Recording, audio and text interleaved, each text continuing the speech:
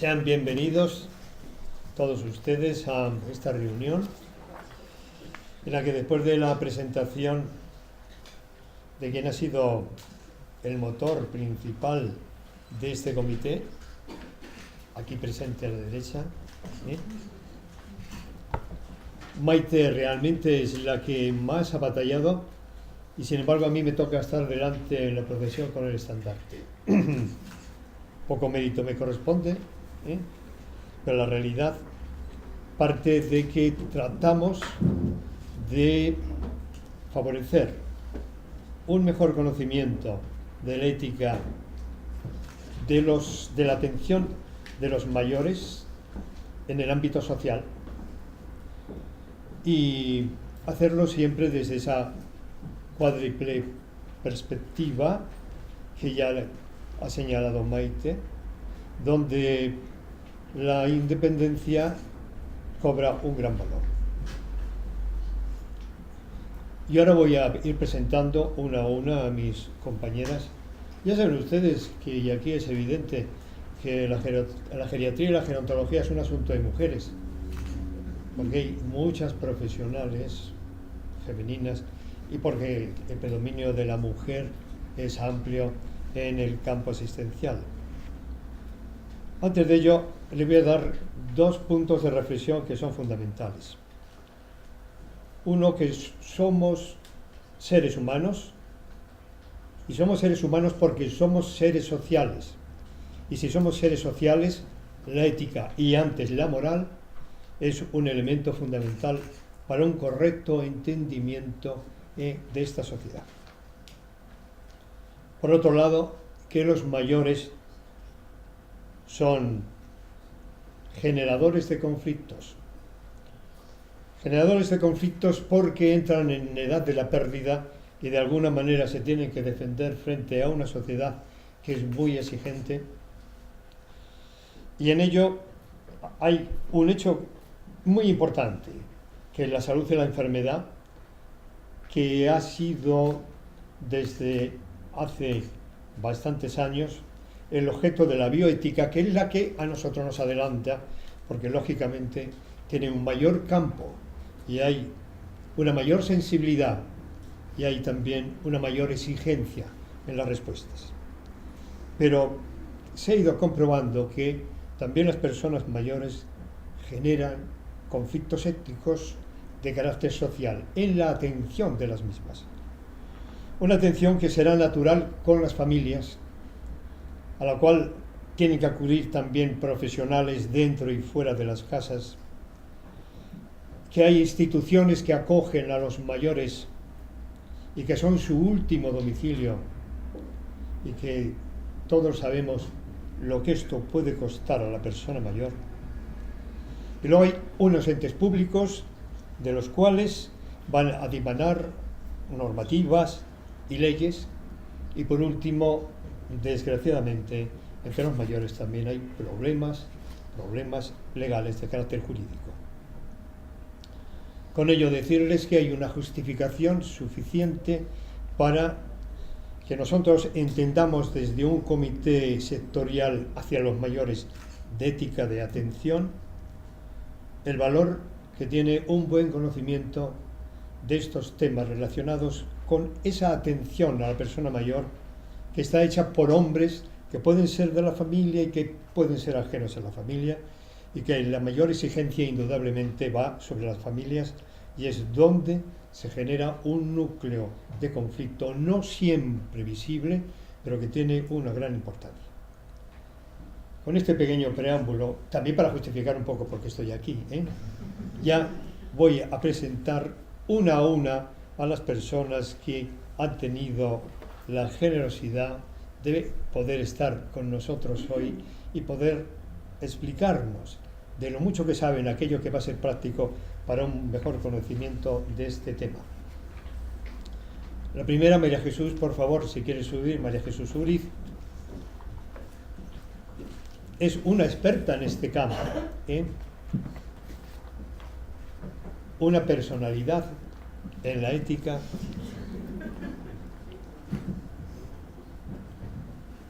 es profesora titular de filosofía en la universidad, pero en la Facultad de Filosofía, y directora del Departamento de Trabajo Social. Aquí no hay estudiantes, pero si hubiera estudiantes, a lo mejor obtenían una buena recomendación luego presentándose a ella. Directora de un grupo de investigación de la universidad pública que se llama EFIMEC, Ética, Filosofía y Metodología de las Ciencias. Profesora de Ética de Trabajo Social en Trabajo Social y de Dilemas Éticos de la Intervención y la Toma de Decisiones en el Máster de Intervención Social.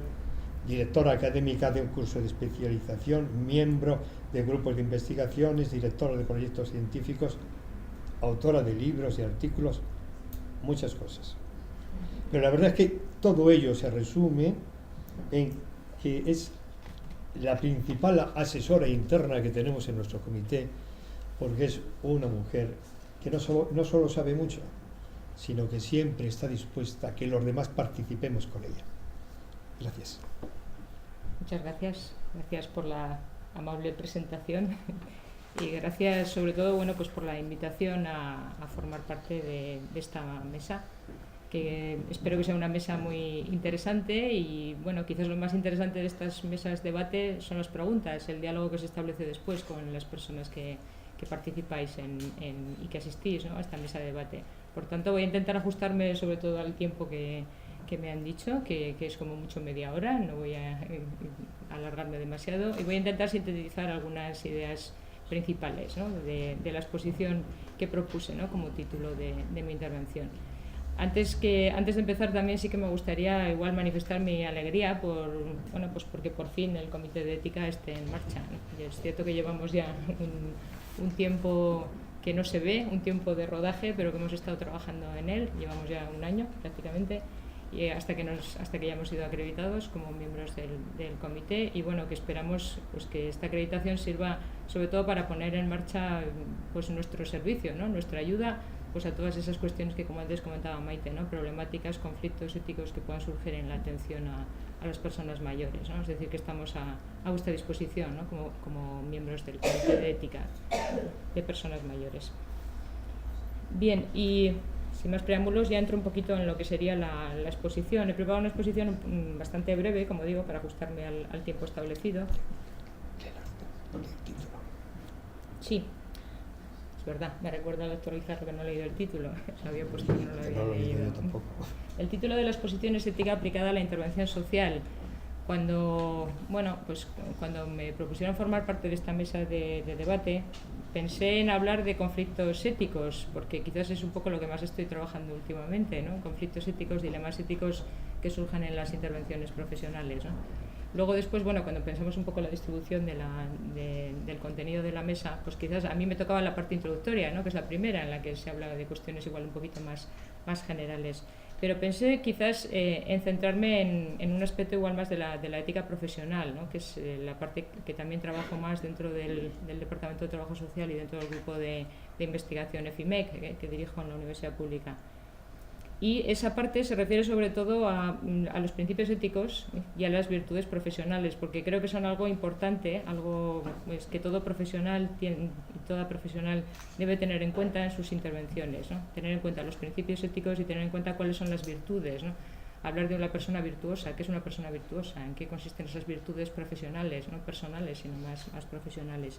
Y ahí matice un poquito el título de mi exposición, ¿no? Es decir, la ética aplicada a la intervención social. Ahora explico por qué ética aplicada, y sobre todo centrarme en los principios éticos principales y en las virtudes que debe tener un buen o una buena profesional. He preparado solamente cuatro puntos en la exposición, como digo. Primero, como introducción, ¿no?, a qué solemos referirnos cuando hablamos de ética, ¿no? Todo el mundo, ahora la ética también está muy, muy de moda, la gente habla de ética, pero a veces no sabemos muy bien si estamos hablando de lo mismo, si estamos hablando de la moral, si estamos hablando de la ética como disciplina o de qué estamos hablando, ¿no? Entonces, ¿a qué solemos referirnos cuando hablamos de ética? Luego centrarme más, como digo, en los principios éticos principales, ¿no?, en las intervenciones o fundamentales, en las intervenciones profesionales.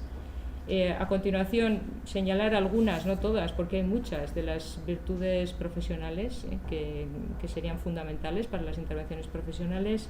Y, en último lugar, unas conclusiones, ¿no? Bien, ¿a qué solemos referirnos cuando hablamos de ética? La ética se suele definir de muchas formas, ¿no? La ética normalmente se define como aquella parte de la filosofía que se ocupa de reflexionar acerca de la moral, ¿no? Esa suele ser la definición así más característica. Lo que pasa es que, claro, luego eso nos lleva a preguntarnos qué es la moral, ¿no? Y decimos, bueno, cuando yo les explico a mis alumnos, digo, la ética es esto, reflexionamos acerca de la moral, pero claro, luego, ¿y qué es la moral? Una pregunta en ética nos lleva siempre a otra, una pregunta más allá, ¿no? Entonces, bueno, al final acabamos probablemente hablando de términos que a veces son términos, no sé si opuestos, en algunos casos sí que lo son, términos distintos, ¿no? Como puede ser qué es lo bueno, qué es lo malo, cómo me comporto de una manera correcta, cómo me comporto de una manera incorrecta, quién decide la corrección o la incorrección, ¿no? De una determinada acción, qué es lo justo, qué es lo injusto, qué debo hacer, qué no debo hacer. Se suele decir que la ética al final acaba separando un poco lo que es el terreno del ser, del deber ser, ¿no? Es decir, todos nos planteamos, y para ello tenemos una cierta conciencia moral, ¿no? ¿Qué debemos de hacer? ¿Cómo me comporto? ¿Cómo debería de comportarme? Y hay una correlación o no entre cómo me comporto y cómo debería de comportarme.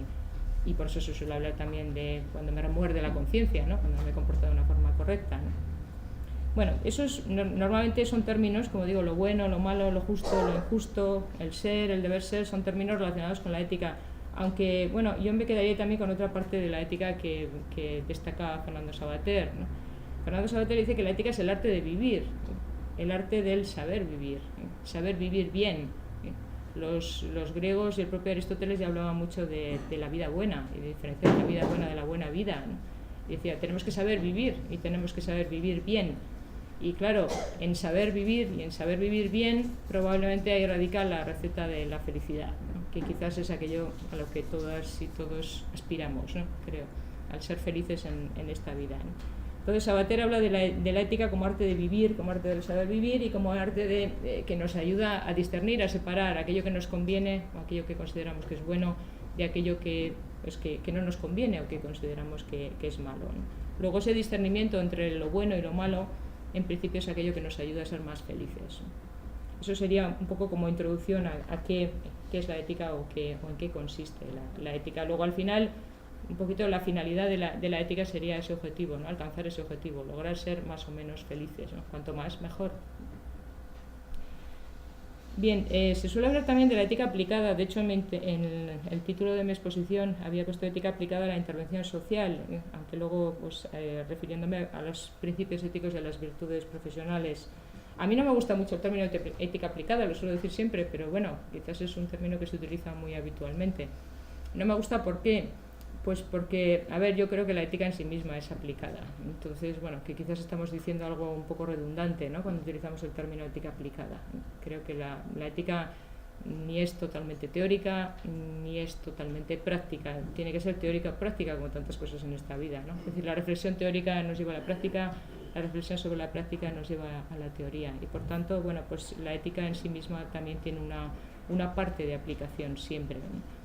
Pero bueno, utilizando un poco la terminología general, ¿no? La ética aplicada aparece como una especie como de puente, o lo que se suele denominar ética aplicada, aparece como un puente entre la ética como disciplina general y lo que serían, pues por ejemplo, las éticas profesionales o lo que podría haber puesto más abajo de todo ese esquema, que sería nuestra moral particular o nuestra moral individual, ¿no?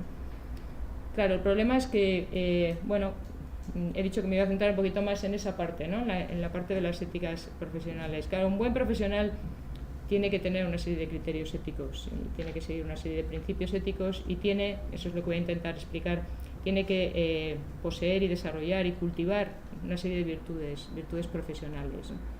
Claro, cuando hablamos de ética profesional, el profesional es una persona con su propia moralidad. Esa persona con su propia moralidad, además, tiene una ética profesional, además está dentro de una sociedad con una serie de valores sociales, está en una sociedad en la que ciertas cosas son aceptadas, son consideradas como buenas, otras no. Y claro, todo ello al final a esa persona, a ese profesional le supone en ocasiones un cierto conflicto, ¿no? Y ahí es donde surgen conflictos éticos, dilemas éticos. A veces entre su propia moralidad y quizás la moralidad social establecida o las normas que aparecen en una institución. Otras veces el conflicto surge entre principios éticos, entre dilemas éticos, porque los dilemas éticos al final en muchas ocasiones son un conflicto entre principios, ¿no? Entre el principio de bienestar, el principio de autonomía. En otras ocasiones son, pues, bueno, no saber quizás cómo aplicar bien un principio ético, no saber hasta dónde llega la confidencialidad referida a la información relativa a una persona, ¿no? Es decir, los tipos de dilemas y conflictos son muy, muy amplios, pero de eso creo que nos hablará Olga después. Entonces, bueno, cuando hablamos de éticas profesionales, ¿de qué estamos hablando de la ética profesional? Estamos hablando de valores, normalmente de principios y de normas, que son las que fundamentan y son las que guían nuestro ejercicio profesional, ¿no? Eso sería lo que comprendería toda ética profesional.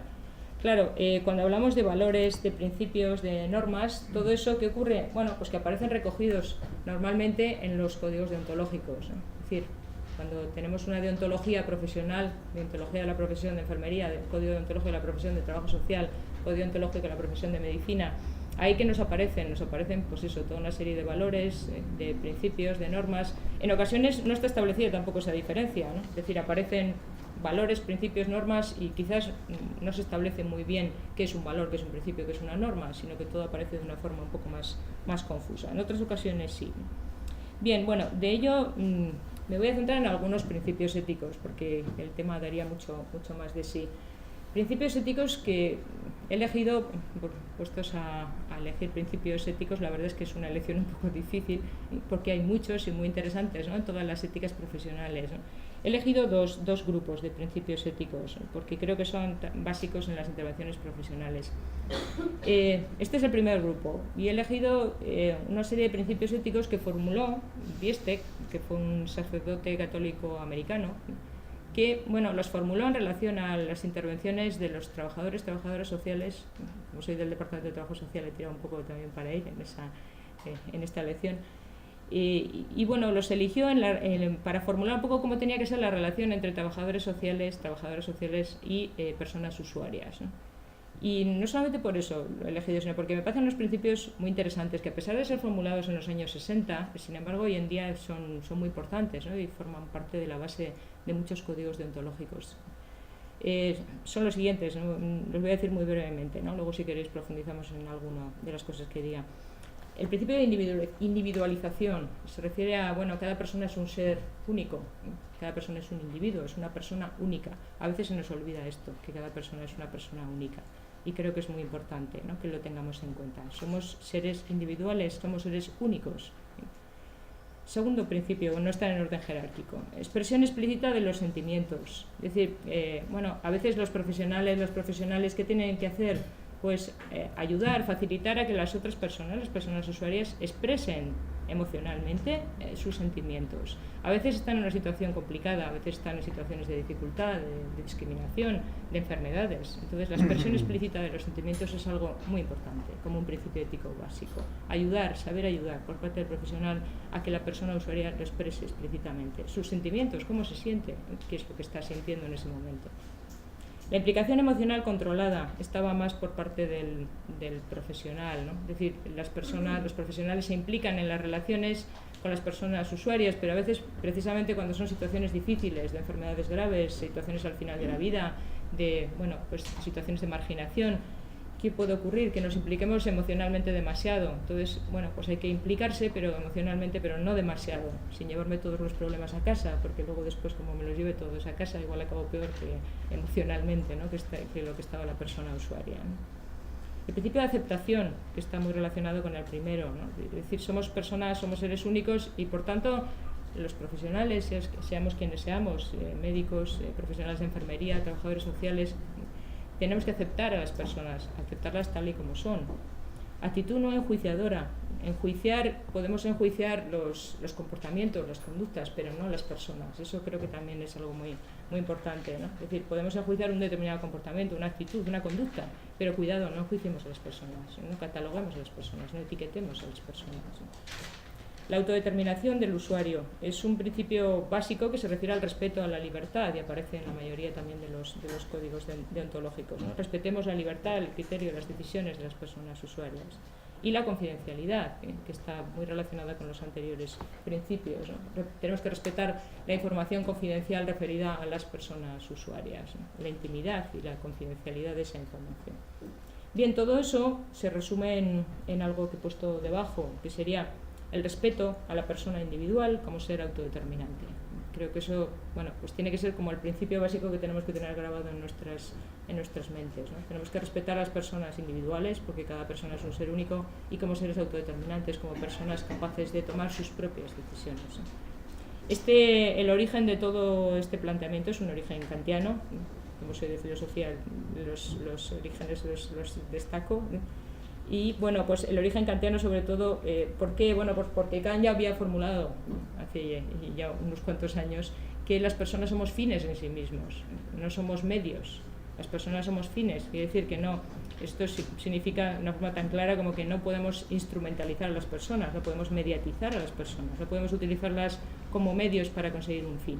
Las personas somos, cada una de nosotras, fines, y no medios, somos fines en nosotros mismos. Bien, otros principios que también son, bueno, que quizás predominan y en los códigos deontológicos son los principios de la bioética. Como decía antes el doctor Guijarro, la bioética siempre es la parte de la ética que nos hace como avanzar más deprisa, ¿no? Porque, bueno, dentro de la ética hay partes que avanzan un poquito más despacio y otras, como la bioética, que son las que siempre van por delante, porque tienen que dar respuesta a muchos problemas, ¿no? Los principios de la bioética principales son los 4, en este caso: la no maleficencia, la justicia, la autonomía y la beneficencia. He puesto entre paréntesis el bienestar porque, bueno, desde la bioética se suele hablar más de beneficencia, aunque sería pues el principio ético del bienestar, lo que entendemos como bienestar. Bien, la no maleficencia, bueno, luego si queréis ya profundizamos en esto porque aquí da también para muchas reflexiones, ¿no? Claro, la no maleficencia se refiere a no causar un mal, un daño. Yo no me puedo plantear como profesional causar un mal intencionadamente, ¿no? a una persona usuaria. Claro, por ejemplo, eso me tiene que llevar directamente como profesional a intentar evitar situaciones de abusos o de malos tratos que se puedan dar a personas mayores. Es decir, lo llevo aquí un poco a nuestro campo, ¿no? de actuación, ¿no? Que sería la intervención con personas mayores, ¿no? Es decir, tengo que tener una bombilla, una luz encendida roja que me diga cuidado, es decir, tengo que evitar el abuso, el maltrato no solamente físico, por supuesto, sino maltrato también psicológico a personas mayores. El principio de justicia,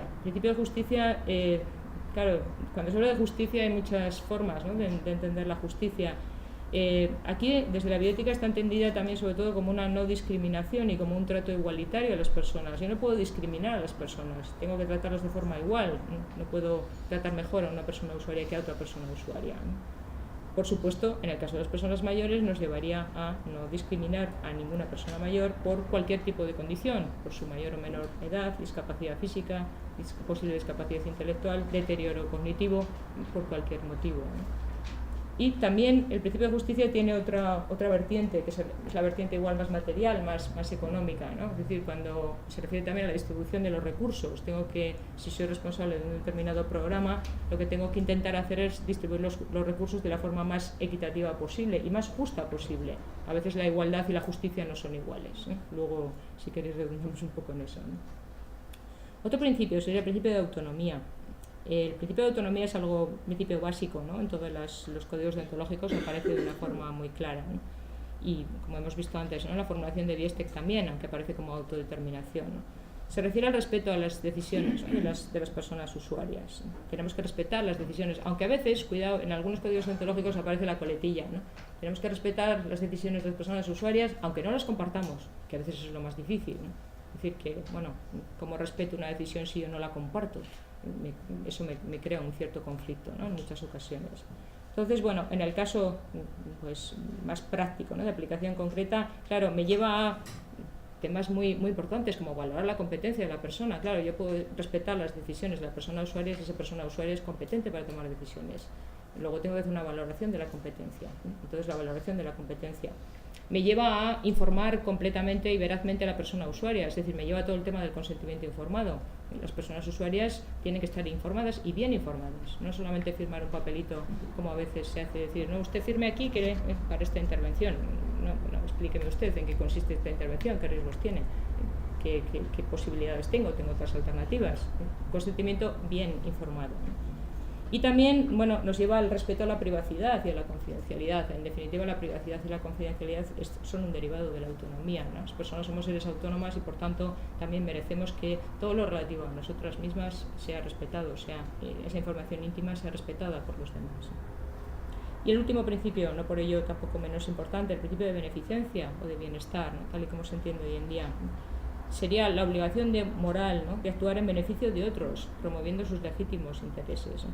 Yo a veces suelo decir que hay como una línea continua, pero que a veces es difícil marcar, ¿no? El punto medio entre la no maleficencia y la beneficencia. Claro, cuando se lo explico en clase a mis alumnos, digo, claro, no hacer daño. Dicen, claro, no hacer el daño, pero no hacer el daño, hacer mucho bien, es que tenemos una línea continua muy larga, ¿no? A veces lo difícil es dónde estamos, ¿no? Dentro de esa línea continua, ¿no? Y una decisión u otra a dónde nos lleva, ¿no? Bien, avanzo para no... Luego si queréis entramos en algunas cosas o me preguntáis, pero avanzo para no consumir todo el tiempo. A ver, el tema de las virtudes, ¿no? Las virtudes profesionales, ¿no? He dicho que iba a hablar de los principios éticos y también de las virtudes. Normalmente toda la parte a la que me he referido ahora, ¿no? Todos los principios éticos quizás es lo que más aparece en los códigos deontológicos, en la deontología profesional, ¿no? Es decir, los códigos deontológicos, en mi opinión, son un reflejo pues muy claro de valores, de principios y de normas. Pero hay algo que no suele aparecer en los códigos deontológicos y que yo, lo confieso aquí, echo de menos, ¿eh? En algunos códigos deontológicos aparece, pero en otros no. Y quizás es un poco lo que quiero reivindicar aquí. Tengo una idea principal que luego después las pongo como conclusión. Entonces, bueno, ¿qué es lo que no aparece en los códigos deontológicos? En mi opinión aparecen muchos principios éticos, aparecen algunos valores, aparecen bastantes normas de comportamiento, pero aparece una deontología muy principialista, muy racional. Voy a empezar a utilizar esa palabra, demasiado racional. ¿Cuál es la otra parte que quizás yo echo un poco de menos en los códigos deontológicos y que creo que es importante en la ética profesional? La parte relativa a las virtudes profesionales y la parte relativa a las emociones, la parte emocional, que tampoco suele aparecer en los códigos deontológicos y que creo que es una parte importante para lograr ser un buen profesional. Ahí es un poco la idea principal donde quería llegar. Bien, ¿qué son las virtudes cuando hablamos de las virtudes?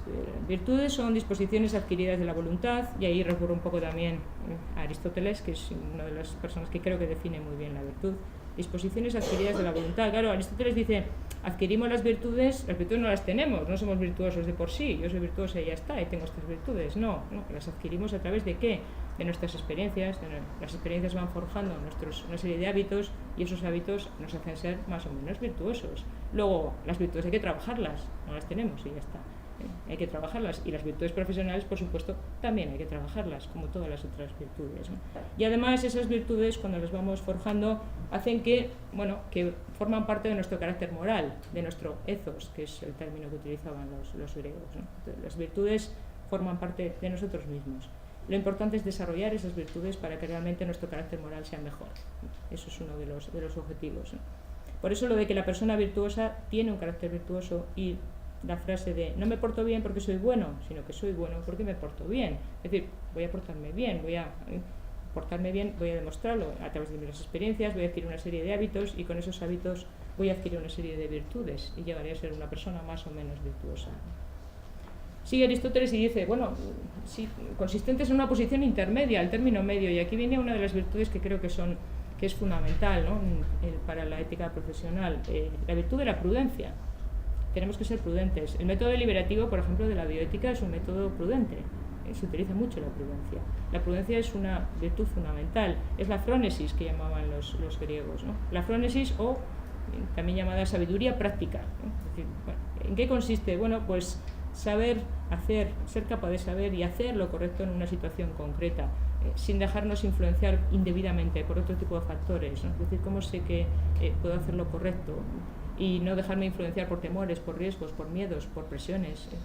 Eso sería la prudencia, ¿no? Por ejemplo, llevado el caso de una relación con las personas usuarias, en algunos casos la prudencia igual puede ser algo tan sencillo como saber si la persona usuaria necesita, lo ponía ahí, ¿no?, más alivio que intimidad. En ocasiones igual las personas necesitamos estar solas o necesitamos reflexionar sobre algo que nos ha pasado, necesitamos un espacio de intimidad.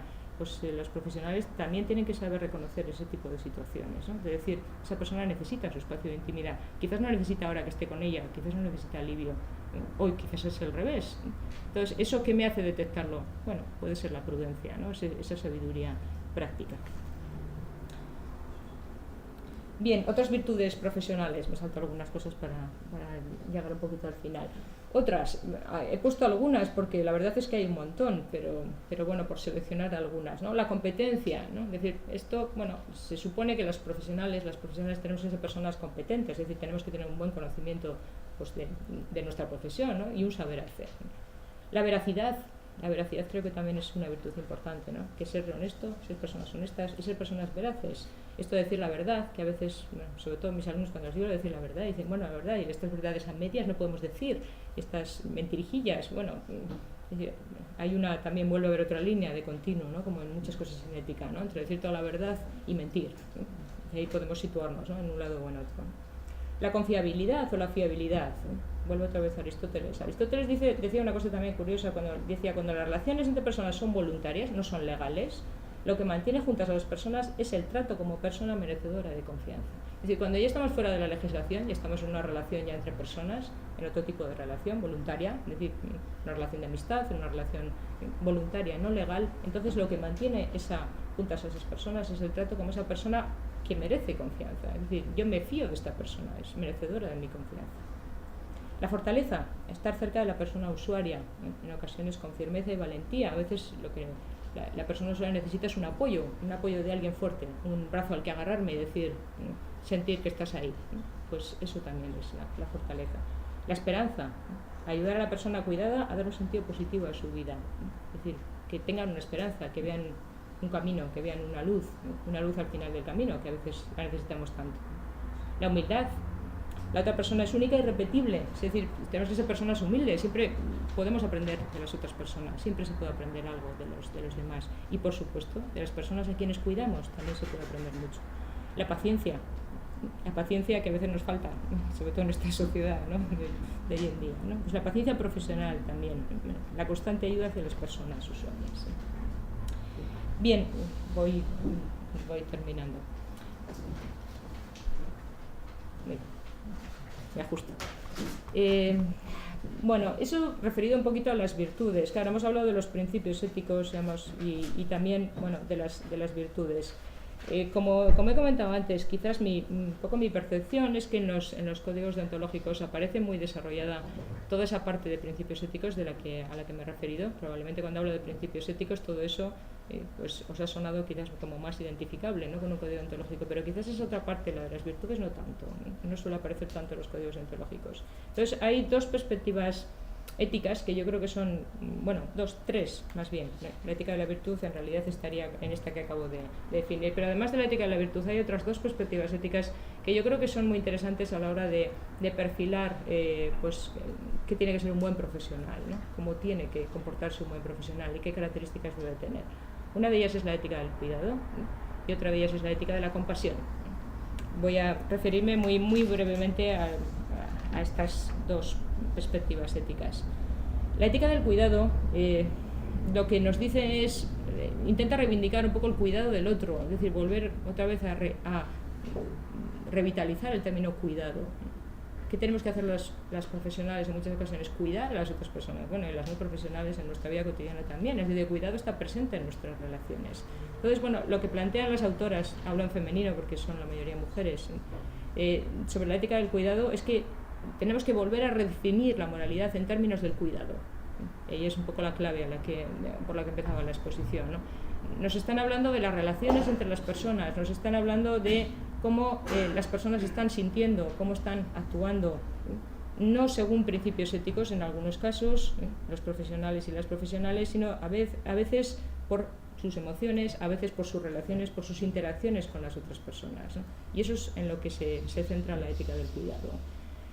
Un poco sería la finalidad redefinir otra vez la moralidad, pero en base a las relaciones, a las interacciones entre las personas y volver a recuperar aspectos del cuidado que quizás han sido o que están siendo más descuidados, ¿no? Por las perspectivas éticas actuales y también por todas las éticas profesionales y, en mi opinión, también por la mayoría de los códigos deontológicos.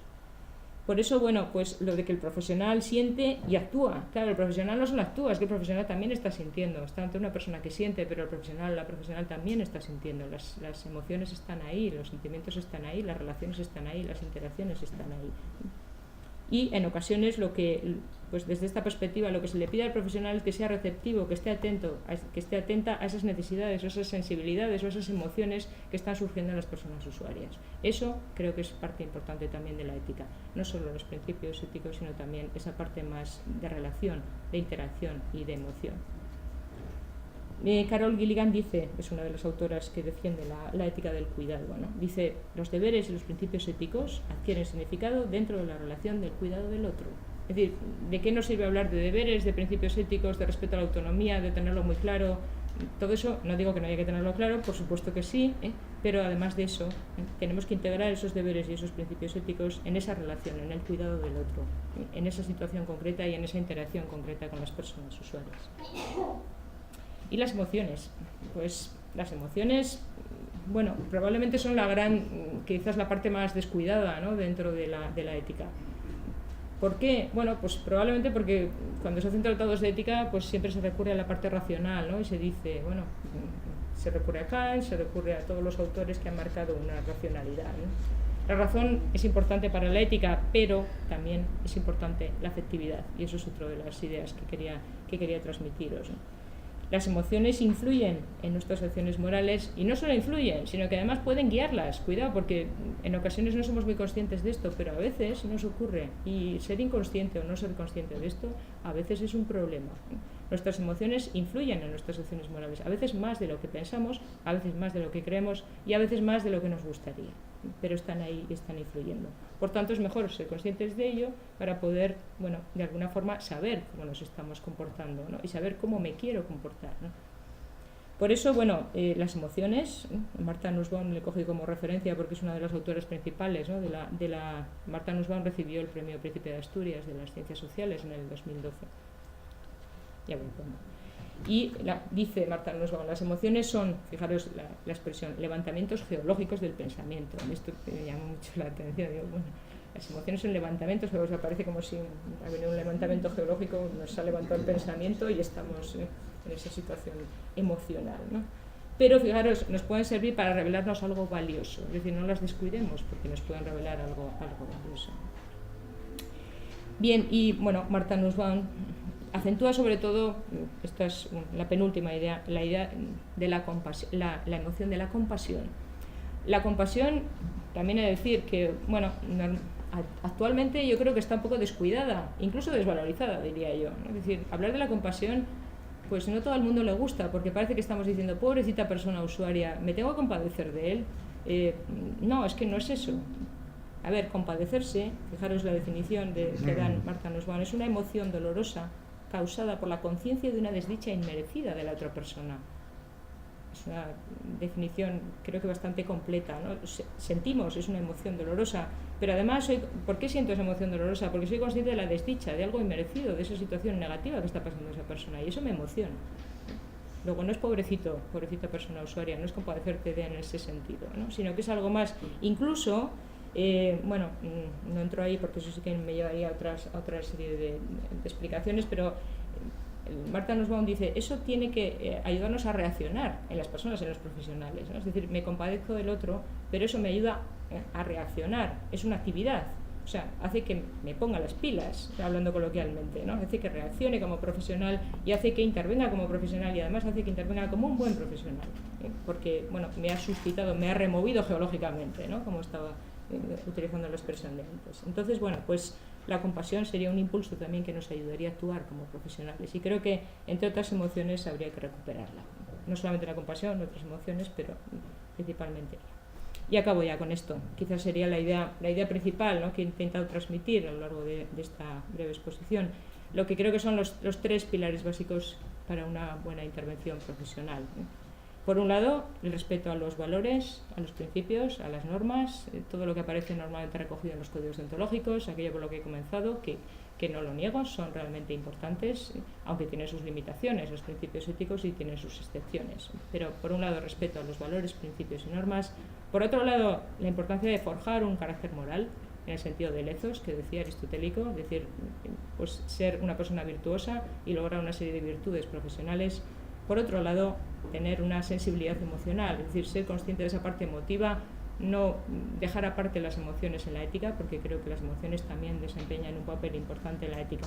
Si tenemos esos 3 pilares básicos, creo que podremos lograr una integridad profesional mayor, una integridad moral mucho mayor, y además podremos ofrecer una calidad ética a nuestras intervenciones profesionales. Nada más. Muchas gracias.